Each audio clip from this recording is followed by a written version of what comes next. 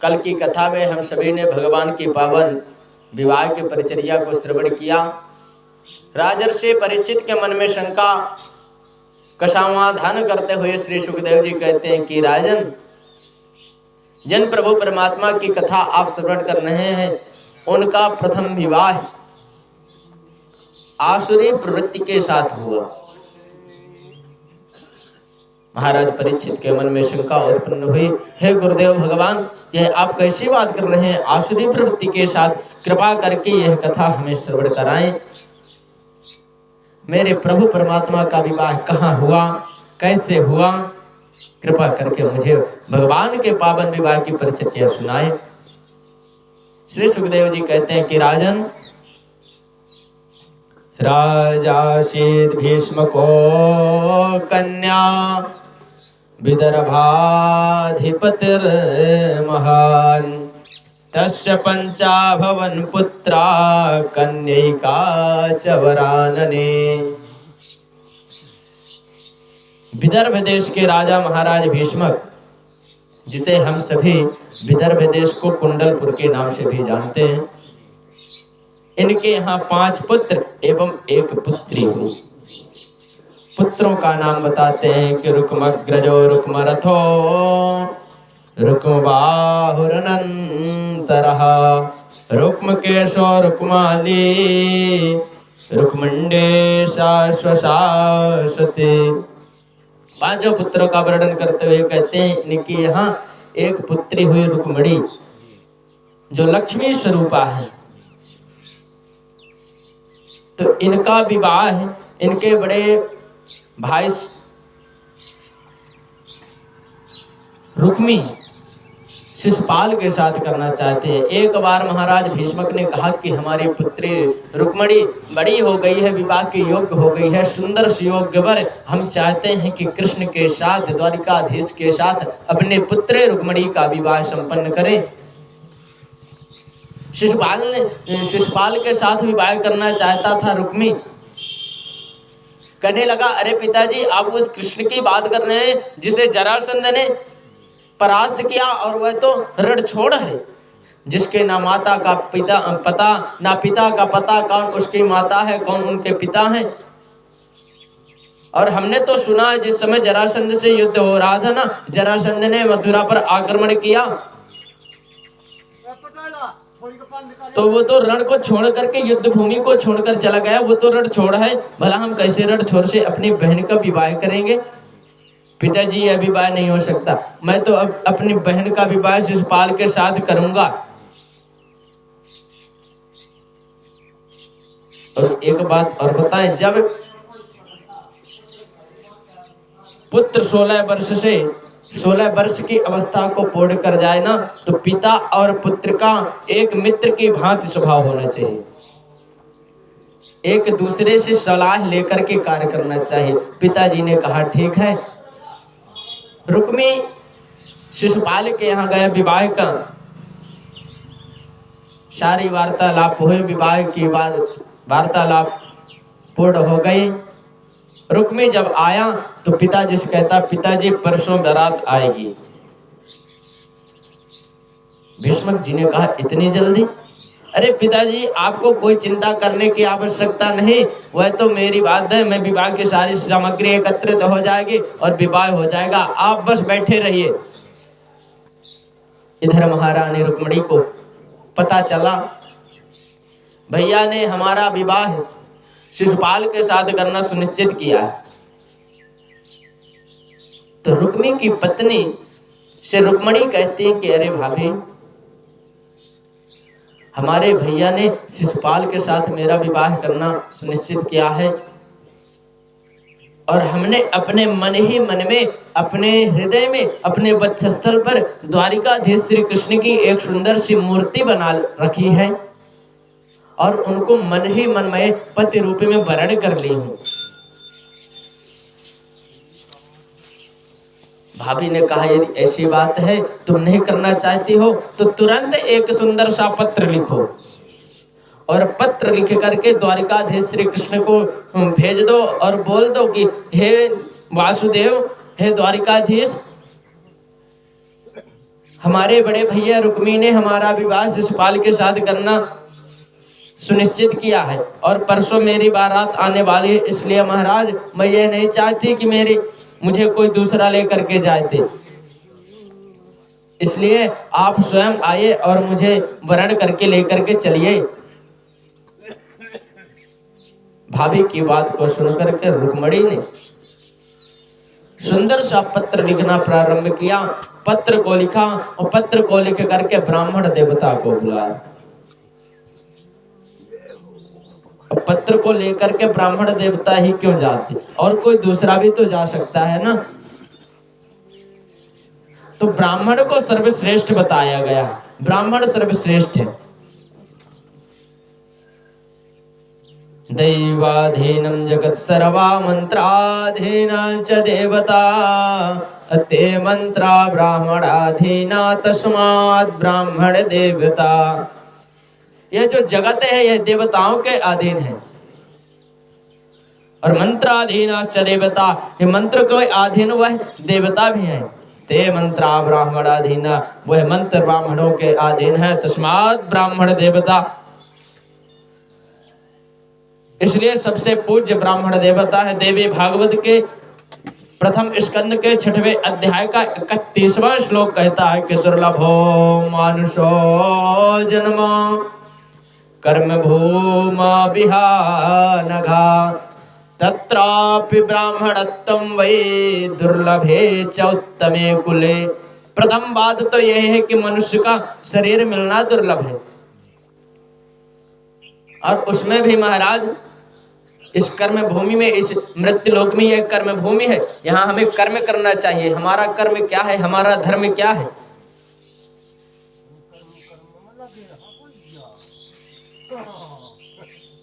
तत्रापि ब्राह्मणत्वं, उसमें भी यदि कहीं ब्राह्मण कुल में, उत्तम कुल में जन्म मिल गया तो दुर्लभे च उत्तमे कुले, इस उत्तम कुल में जन्म मिलना दुर्लभ है। ब्राह्मण देवता को सुंदर पत्र लिख करके दिया। ब्राह्मण देवता द्वारिकापुरी पहुंचे। भगवान श्री कृष्ण ने ब्राह्मण देवता को देखा, राज सिंहासन से उतर करके ब्राह्मण देवता को सुंदर दंडवत प्रणाम किया, चरण प्रक्षालन किया, षोडशोपचार पूजन करके बढ़िया सुंदर व्यंजन बनवा करके सुंदर ब्राह्मण देवता को भोजन कराया। अब हाथ जोड़ करके कहने लगे, हे ब्राह्मण देवता, किस उद्देश्य से आपका आना हुआ है, कृपा करके बताएं। ब्राह्मण देवताओं ने कहा कि हे महाराज द्वारिकाधीश, महाराज भीष्मक के पुत्री रुक्मिणी का आपके पास पत्र आया है, आप पत्रिका लीजिए, इसमें देखिए। भगवान ने कहा, मैं ब्राह्मणों से कुछ छिपाता नहीं हूं और ब्राह्मणों से कुछ छिपा नहीं है, इसलिए हे ब्राह्मण देवता आप ही कृपा करके सुनाइए क्या लिखा हुआ है। ब्राह्मण देवता सुनाना प्रारंभ करते हैं कि श्रुत्वा गुणान् भुवन सुंदर शरण बतान्ते निर्विश्य कर्ण विवरैर हरतोंगतापम रूपम दृशां दृशिमतामखिलार्धलाभम त्वय्यच्युता विशत चित्रम पत्रपम में। रुक्मिणी महारानी सबसे पहले लिखती हैं, हे भुवन सुंदर, हे अच्युत, श्रुत्वा गुणान् भुवन सुंदर शरणवतान्ते, हमारे बड़े भैया रुक्मी ने हमारा विवाह शिशुपाल के साथ करना सुनिश्चित किया है, और हम जो है तो आपके गुणानुवादों को सुनकर के हमने अपने वक्षस्थल पर, हृदय पटल पर आपकी एक सुंदर मूर्ति प्रतिष्ठित कर ली है। हमने आपको पति रूप में वर्ण कर लिया है। अब आप सोचेंगे कि ना हमने कभी इसे देखा, ना इसने हमें कभी देखा, फिर भला कैसे पति रूप में वर्णन कर लिया। तो मैंने आपके गुणानुवादों को इतना सुन ली हूँ कि उन गुणानुवादों के कारण आपकी एक सुंदर सी मूर्ति अपने वक्षस्थल पर, अपने हृदय पटल पर स्थापित की है। निर्विश्य कर्ण विवरैर हरतोंगतापम, आपके जो गुणानुवाद है ना, मेरे अंदर काम क्रोध मोह लोभ मद मत्सर जितने भी विकार थे, षड विकारों को खत्म कर दिया है।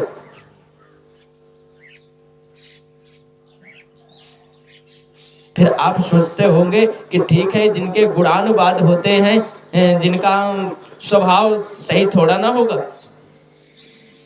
जिसकी सौंदर्यता होगी तो क्या जरूरी है कि उसका स्वभाव होगा। सुखदेव स्वामी कहते हैं कि राजन, जिस समय मैं समाधि पर बैठा था ना, तो उस समय हमारे पूज्य पिताजी व्यास जी के शिष्यों ने एक श्लोक का गायन किया। बरहा पेडम नटवर बपुः कर्णयोः कर्णिकारम बिभ्रदवास कनक कपिशम वैजयंतीम च माला रंधान वेणुरधर सुधया पूरयन गोप वृंदै वृंदारण्यम शबद रमणम प्राविशद गीत कीर्ति। तो हमारी समाधि जग गई। फिर मन में विचार आया कि क्या जिसका सौंदर्य होगा, क्या उसका स्वभाव भी जरूरी है कि स्वभाव सुंदर होगा। उसी समय जब मेरी समाधि पुनः लगने लगी तो दूसरे शिष्य ने दूसरा श्लोक का गायन किया भगवान के मंगलमय स्वभाव का कि अहो बकीयं स्तन कालकूटम जिघांसया पाययदप्रसाद्वे लेभे गतिं धात्र्युचितां ततोऽन्यं कं वा दयालुं शरणं व्रजेमा। अहो बकीयं स्तनकालकूटम, वह बकी जो पूतना आई ना, तो पूतना भगवान को विष पिला करके मारना चाहती थी, लेकिन फिर भी भगवान ने उसे धात्री, धात्री मतलब माता का दर्जा दे दिया, माता का स्थान दे दिया। धात्र्युचितां ततोऽन्यम, ऐसे है मेरे प्रभु, ऐसे दयालु हैं। इसलिए रुक्मणी जी भी कहती हैं कि रूपम दृशाम दृश्यमताम अखिलार्थ लाभम। हे प्रभु, आप ये नहीं सोचिएगा कि मैंने आपके रूप को नहीं देखा तो आपकी मूर्ति कैसे बना पाऊंगी। तो ये चिता विशति चित्रम पत्रपम में, हे अच्युत, मेरा जो चित्र है, मेरे जो हृदय की बातें हैं, मैं इस पत्र में लिख रही हूँ। कात्वा मुकुंद महती कुलशील रूपा विद्या वयो द्रविड़ धाम विरात्म तुल्यम धीरापतिम कुलवती न व्रणेत कन्या कालेन सिंह नरलोक मनोभिरामम।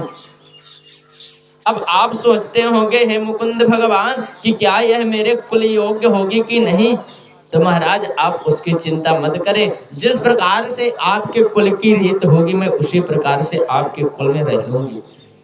आप सोचते होंगे यह पढ़ी लिखी है कि नहीं, तो महाराज मैं पढ़ी तो नहीं हूं, पर आपकी आज्ञाकारिणी जरूर होंगी। और हे महाराज, मैं धीरवान कुल की बेटी हूँ। न व्रणेत कन्या काले नृसिंह नरलोक मनोभिरामम। मैं सारा का सारा मन आपके चरणों में समर्पित कर दी हूँ। तीसरे श्लोक में कहती हैं कि तन में भवान खल वृता पतिरंग जाया मात्मार्पितश्च भवतोऽत्र विभो विधोहि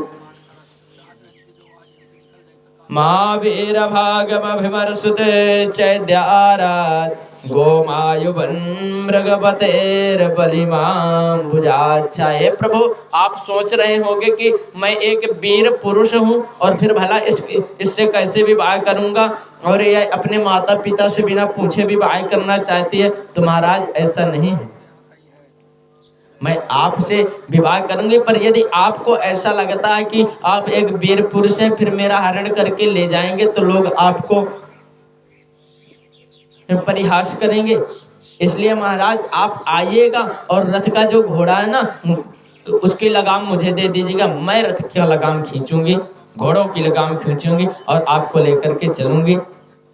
इस प्रकार से द्रौपदी ने, इस प्रकार से रुक्मणी ने भगवान के मंगलमय गुणानुवाद उस पत्र पर लिखती हैं और अंत में लिख देती हैं कि हे प्रभु, मैं ये नहीं चाहती कि किसी सिंह का भाग कोई गीदड़ लेकर के जाए, इसलिए आप मुझे लेकर के चलिए, क्योंकि लक्ष्मी नारायण की हैं और लक्ष्मी का वर्ण करेंगे तो भगवान नारायण यदि कोई व्यक्ति अपने आप को सोचने लगे ना कि मैं लक्ष्मीपति हूँ, तो लक्ष्मी तुरंत उससे रुष्ट हो जाती है। अरे लक्ष्मी को पुत्री मान लो, लक्ष्मी का पुत्र बन जाओ। पर यदि किसी ने अपने आप को लक्ष्मीपति समझा तो लक्ष्मी तुरंत वहां से चली जाती है। भगवान नारायण आते हैं और उससे छीन करके अपने लक्ष्मी को चले जाते हैं। तो भला बताइए, भगवान नारायण की लक्ष्मी उस शिशुपाल के साथ कैसे जा सकती है? लक्ष्मी को तो भगवान नारायण ही वरण करेंगे। लिख दिया कि महाराज मेरे कुल की एक रीति है, विवाह के पूर्व कन्या माता कात्यायनी के मंदिर में जाती है और माता कात्यायनी के पूजन करते हैं। ठीक आप उसी मंदिर में आइएगा और वहां से मुझे लेकर के चलिएगा। भगवान ने कहा ठीक है। ब्राह्मण देवता को लिया, रथारूढ़ होकर के भगवान चल दिए। सीधे महाराज कुंडनपुर में पहुंचे। ब्राह्मण देवता को रथ से उतारा। ब्राह्मण देवता को रुक्मणी ने देखा। ब्राह्मण की मुस्कान देखे रुक्मणी समझ गई कि काम बन गया। और रुक्मणी सुंदर सखियों के साथ श्रृंगार करते हैं और श्रृंगार करके इधर भगवान कुंडनपुर में प्रवेश करते हैं। महाराज भीष्मक सगाई की सामग्री लेकर के जाते हैं। भगवान को देखा, कहने लगा अरे महाराज मैंने आपको निमंत्रण दिया था, अच्छा हुआ आप आए। मेरा हृदय गदगद हो गया। हाथ में जो परात सगाई की सामग्री की थी वह परात गिरी और भगवान के ऊपर हो गई। भगवान ने कहा चलो सगाई तो हो गई, अब विवाह बचा। इधर शिशुपाल ने जैसे ही देखा कि द्वारिकाधीश श्री कृष्ण आए हैं, सारे के सारे राजाओं को लगा दिया और राजाओं अपने सेनापतियों को लगा दिया। महारानी रुक्मणी की सुरक्षा में सारे के सारे सेनापति मंदिर प्रांगण पर लगे हुए हैं। उसी समय भगवान उधर से प्रस्थान करते हैं। इधर मैया रुक्मणी कात्यायनी माता की पूजा कर रही हैं। कात्यायनी महामाये महायोगिन्यधीश्वरी नंद गोप सुतम देवी पतिम में कुरुते नमः। मैं नंद कुमार श्री कृष्ण को पति के रूप में वर्ण करना चाहती हूँ। हे देवी आशीर्वाद दीजिए। कात्यायनी मैया ने आशीर्वाद दे दिया। मन जाहि राचो मिलहि सोबर सहज सुंदर सावरो करुणा निधान सुजान शील स्नेह जानत रावरो। हे देवी जिसे आप मन ही मन में वर्ण करना चाहते तो मन जाहि राचो मिलहि सोबर, वही आपको वर रूप में प्राप्त होंगे। आशीर्वाद लेकर के चले। इधर भगवान रथारूढ़ होकर के आए। भगवान ने रुक्मणी को देखा, रुक्मणी भगवान के साथ चल दी। जितने भी सैनिक है भगवान की ऐसी छवि है कि छवि को देख करके मोहित हो गए। एक दूसरे से प्रशंसा करने लगे, अरे देखो कितने बढ़िया बढ़िया घोड़े। दूसरे ने कहा अरे घोड़े की क्या बात कर रहा, देखना कितना बढ़िया रथ सजा हुआ है। तीसरे ने कहा अरे तू रथ क्या देख रहा, देख इन घोड़ों के जो खुर है ना कितनी बढ़िया सोने से मड़े हुए हैं। भगवान के रथ के घोड़ों की शोभा को देख करके तीसरे ने कहा अरे देखो प्रभु की क्या बढ़िया जोड़ी बनी हुई है। जैसे आज स्वयं परमात्मा देह गए हाथ विस्मृति, अपने आप को सारे के सारे सेनापति भूल गए। जब सेनापतियों को अपने आप का ध्यान नहीं रहा, भगवान ने रुक्मणी को रथ पर बिठाया और रथ को लेकर के चल दिए। अभी सारे के सारे सेनापति देखते हैं। देखते देखते जब कुछ दूर रथ पहुंच गया, अरे हम कहाँ आए थे, यहाँ रुक्मणी की सुरक्षा के लिए आए थे, वो ले गया ले गया ले गया ले गया। नगर में हाहाकार मच गया। शिशुपाल मुख मलिन हो गया, रुदन करने लगा। जरासंध ने समझाया अरे भाई शिशुपाल तो एक ऐसी बात, वीर पुरुष कभी घबराते नहीं। अरे मुझे तो पहले ही पता था कि वह द्वारिकाधीश आया तो कोई न कोई कारण होगा, फिर भी कोई चिंता करने की बात नहीं। मुझे देखो 17 बार मुझे कृष्ण ने हराया और 18वीं बार स्वयं रण छोड़ करके चला गया। इसलिए वीर पुरुष को कभी डरना नहीं चाहिए, परिश्रम करना चाहिए। इसलिए हे शिशुपाल तुम घबराओ नहीं। कालांतर में इधर रुक्मी ने प्रतिज्ञा ले ली कि जब तक मैं अपनी बहन रुक्मणी को लेकर नहीं आऊंगा तो मैं कुंडनपुर नहीं आऊंगा। बलराम जी महाराज उधर से आ गए। इधर कृष्ण और रुक्मी का युद्ध चल रहा था। बलराम जी ने कहा अरे कोई अपने रिश्तेदारों से ऐसे करता है, अरे हो ना हो, अब तो हमारे साले जी हैं। कृष्ण को डांट करके बलराम जी ने कृष्ण और रुक्मिणी को द्वारिका भेज दिया। इधर रुक्मी को खूब समझाया। कालांतर में द्वारिकाधीश द्वारिकापुरी में पहुंचे और सुंदर भगवान का पाणी ग्रहण संस्कार हुआ। जिस प्रकार से कल हम सभी ने पाणी ग्रहण भगवान